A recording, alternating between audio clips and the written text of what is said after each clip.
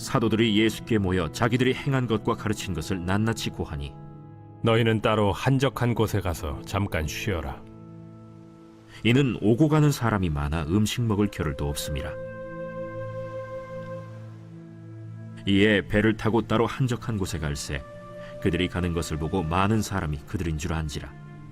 모든 고을로부터 도보로 그곳에 달려와 그들보다 먼저 갔더라. 예수께서 나오사 큰 무리를 보시고 그 목자 없는 양 같음으로 인하여 불쌍히 여기사 이에 여러 가지로 가르치시더라. 때가 저물어 가매 제자들이 예수께 나와 이것은 빈들이여 날도 저물어 가니 무리를 보내어 두루 촌과 마을로 가서 무엇을 사 먹게 하옵소서. 너희가 먹을 것을 주라. 우리가 가서 200데나리온의 떡을 사다 먹이리이까? 너희에게 떡 몇 개나 있는지 가서 보라. 떡 5개와 물고기 2마리가 있더이다. 하거늘 제자들에게 명하사 그 모든 사람으로 때를 지어 푸른 잔디 위에 앉게 하시니 때로 100명씩 또는 50명씩 앉은지라. 예수께서 떡 5개와 물고기 2마리를 가지사 하늘을 우러러 축사하시고 떡을 떼어 제자들에게 주어 사람들에게 나누어 주게 하시고 또 물고기 2마리도 모든 사람에게 나누심에 다 배불리 먹고 남은 떡 조각과 물고기를 12바구니에 차게 거두었으며 떡을 먹은 남자는 5,000명이었더라. 여러분 반갑습니다. 오늘도 퀴트로 여는 기막힌 하루입니다. 본 말씀 마가복음 6장 30절부터 44절의 말씀입니다.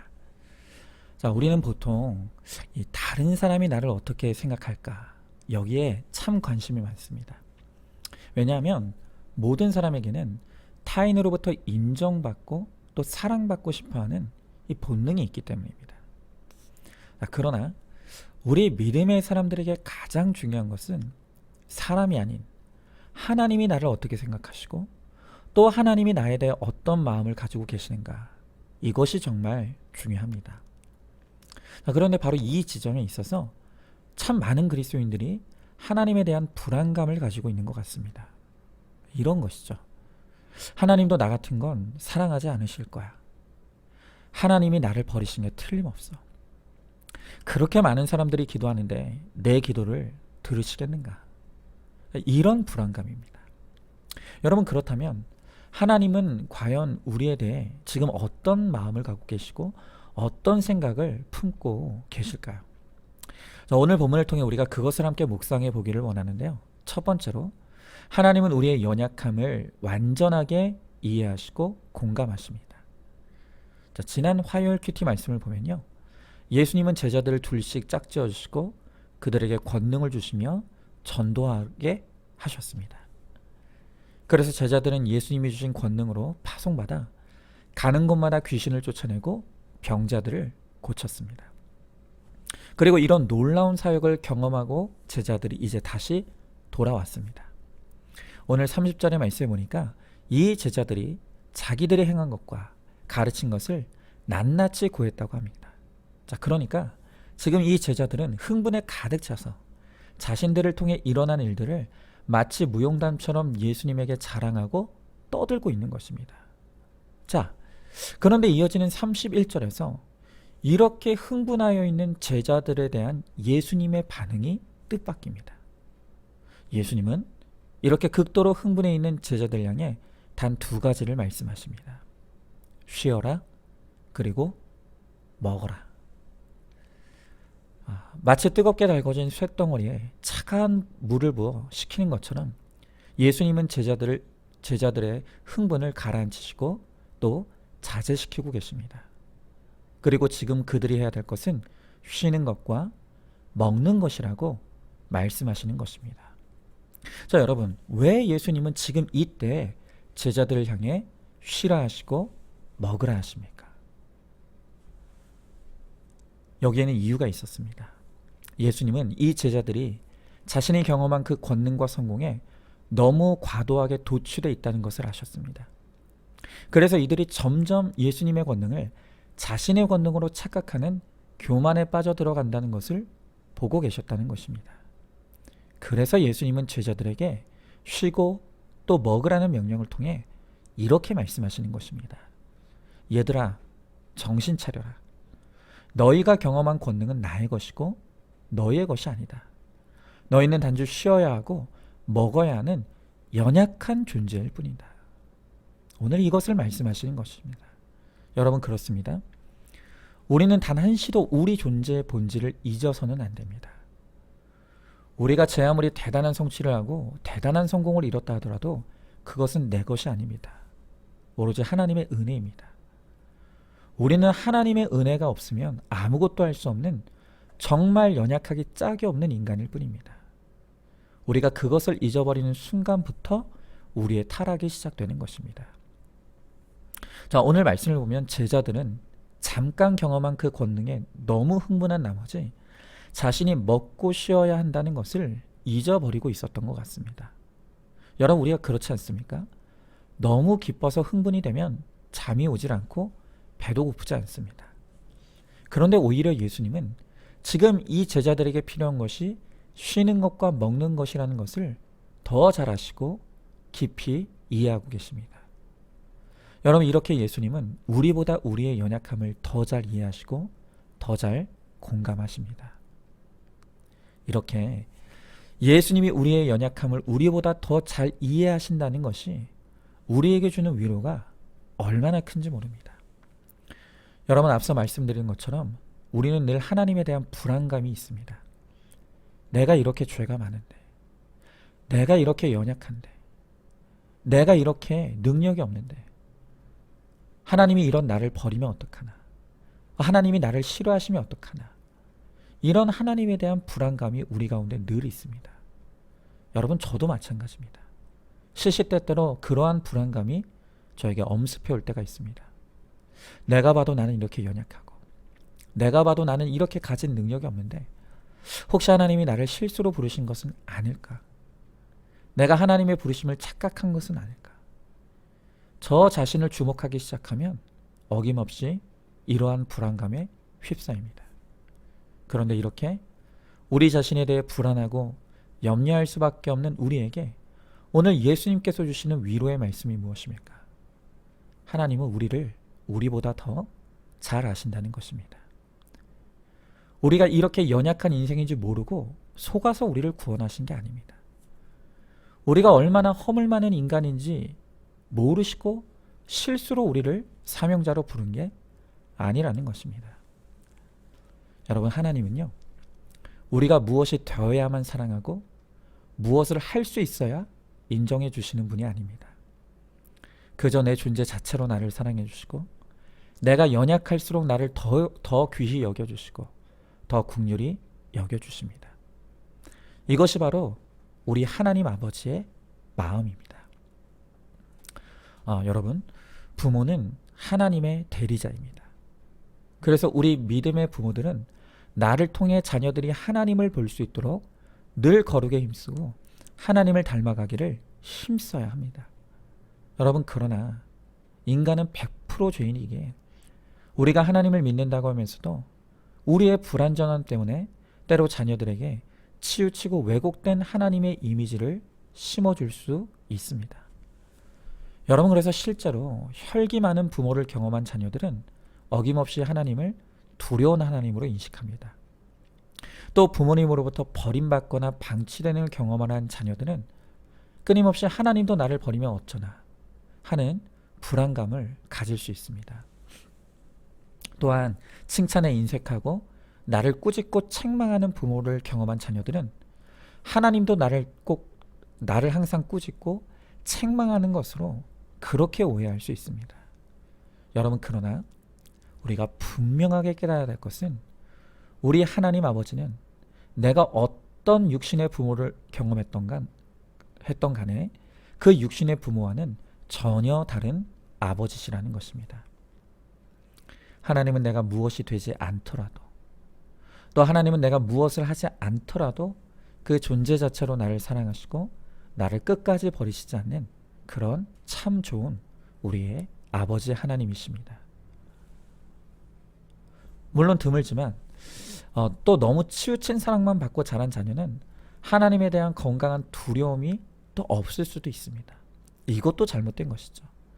어쨌든 우리는 하나님이 나보다 나를 더 잘 아시고 나를 더 잘 이해하시며 끝까지 나를 사랑하시는 하나님이시라는 것을 우리는 믿고 그 안에서 주의 평안을 누릴 수 있기를 바랍니다. 자, 한번 질문해 봅니다. 나의 육신의 부모는 어떤 분이셨습니까? 내가 경험한 그 육신의 부모를 하나님 아버지와 동일시하고 있지 않습니까? 그래서 늘 하나님이 두렵고 또 무서운 하나님으로만 치우쳐 생각하고 있지는 않습니까? 나보다 나를 더 잘 아시고 내 연약함까지도 이해하시고 사랑해 주시는 하나님 아버지를 믿고 그 안에서 평안을 누리시기를 바랍니다. 자, 두 번째로 하나님은 우리를 불쌍히 여겨 주십니다. 자, 오늘 32절부터 33절에 예수님에 대한 소문과 제자들이 행사하는 이 권능을 본 많은 무리들이 예수님이 배를 타고 떠나시는 모습을 보면서 예수님이 가시고자 하는 곳에 먼저 도착해서 기다리고 있었다라고 합니다. 여러분, 이렇게 예수님이 가시는 곳이면 어디든지 이 큰 무리들은 끈질기게 따라오고 있었습니다.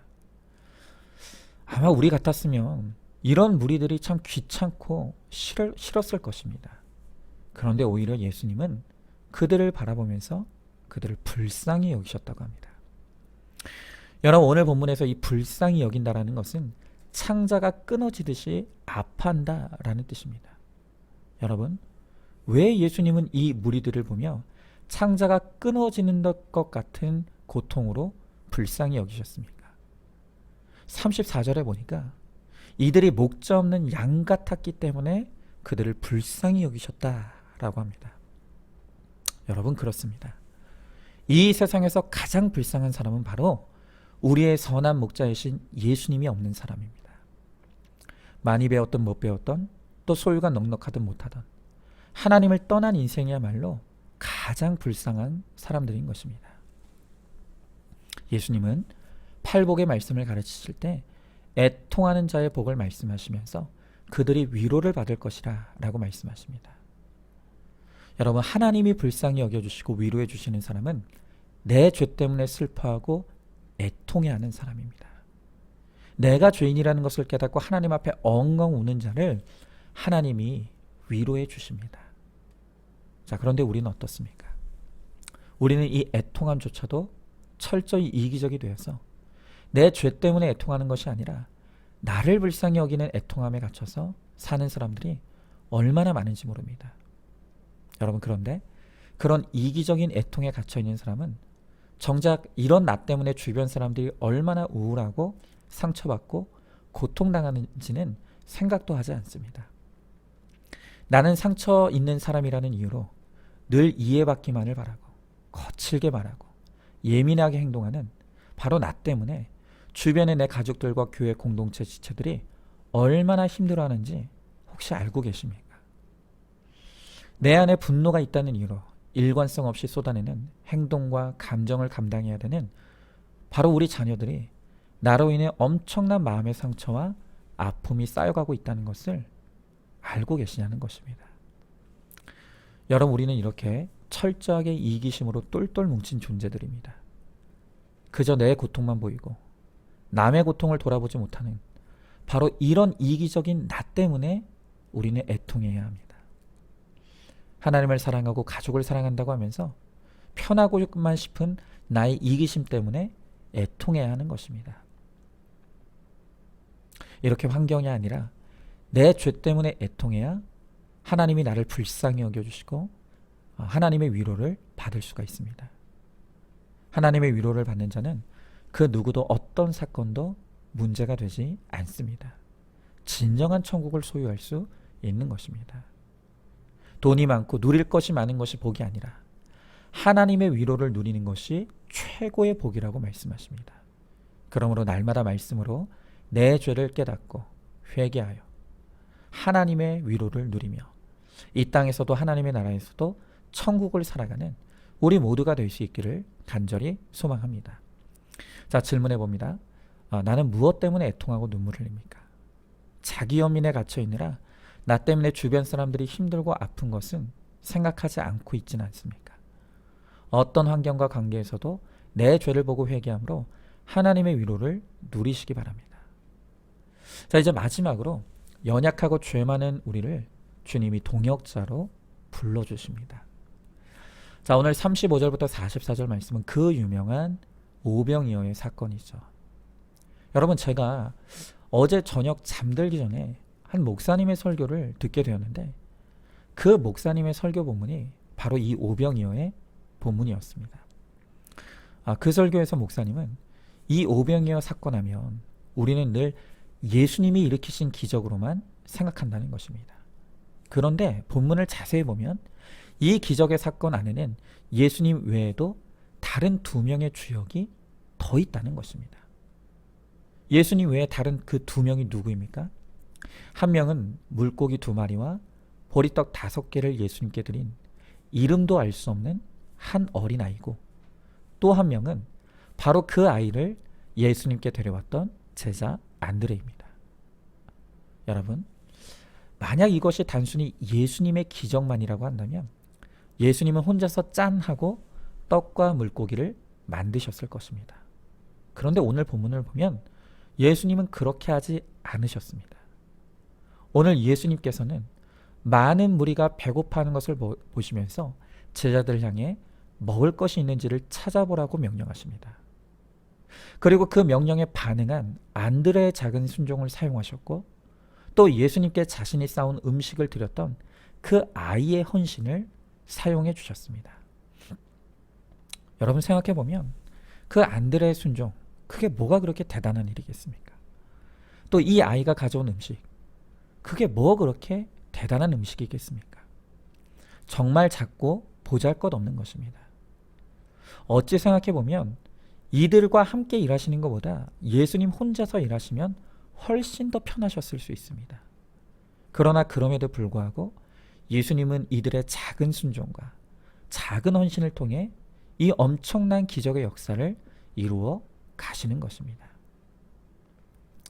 여러분, 우리는 여기서 예수님의 마음은 우리의 생각과 다르다는 것을 항상 명심하고 생각해야 합니다.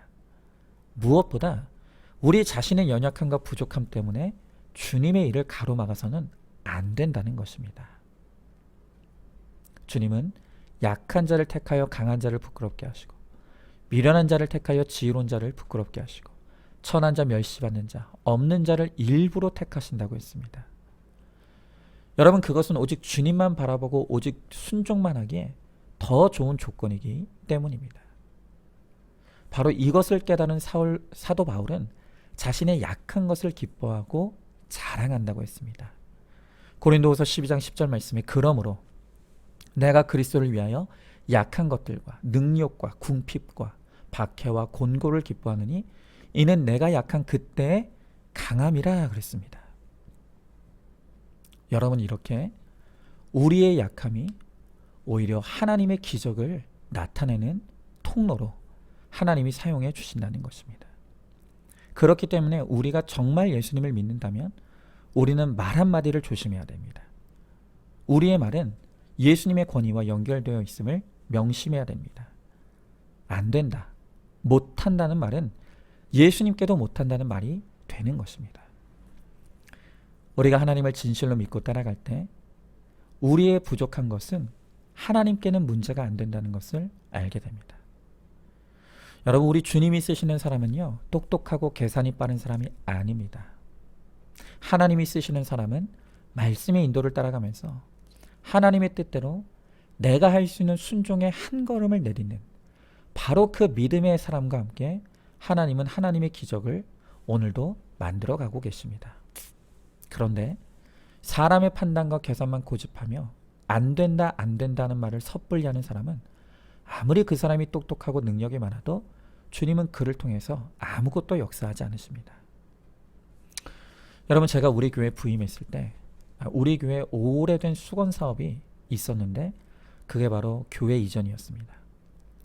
워낙 오랫동안 동네 구석에서 이 빌라촌에 둘러싸여 있으니까 교회 시설도 너무 노후되어 있었고, 또 무엇보다 주변 빌라와 소음 문제로 끊임없이 갈등이 일어났습니다. 그래서 정말로 교회 이전이 너무나 중요하고 필요했었습니다. 자, 그런데 이게 어디 쉬운 일입니까? 정말 어려운 일이죠. 그런데 이 어려운 교회 이전을 하나님께서 젊디 젊은 아무 목회 경험이 없던 저에게 이 일을 맡기시길 원하셨습니다. 여러분, 제가 얼마나 두려웠겠습니까? 제가 자칫 결정 하나 잘못하면 교회가 엄청난 어려움에 빠질 수 있는 그런 일이었습니다. 그런데 하나님께서 저를 하지 않을 수 없도록 몰아가셨습니다. 그렇게 교회 이전을 준비하던 중에 우리 교회가 이전을 한다는 소식을 어떻게 알았는지 제가 전에 부목사로 섬기던 교회 한 장로님이 저에게 연락하고 찾아오셨습니다. 그 장로님은 건축업을 하시는 사업가였습니다. 그래서 저는 그분이 저를 찾아온다고 했을 때 내심으로 기대를 했습니다. 여러분, 그런 간증도 많지 않습니까? 그래서 혹시 이분이 저에게 오셔서 덕하니 큰 액수의 헌금이라도 하지 않을까, 아니면 내가 이 이전 리모델링을 맡아주겠다 하고 헌신해 주지 않으실까, 그런 기대를 했습니다. 그런데 여러분, 제 기대와는 전혀 달랐습니다.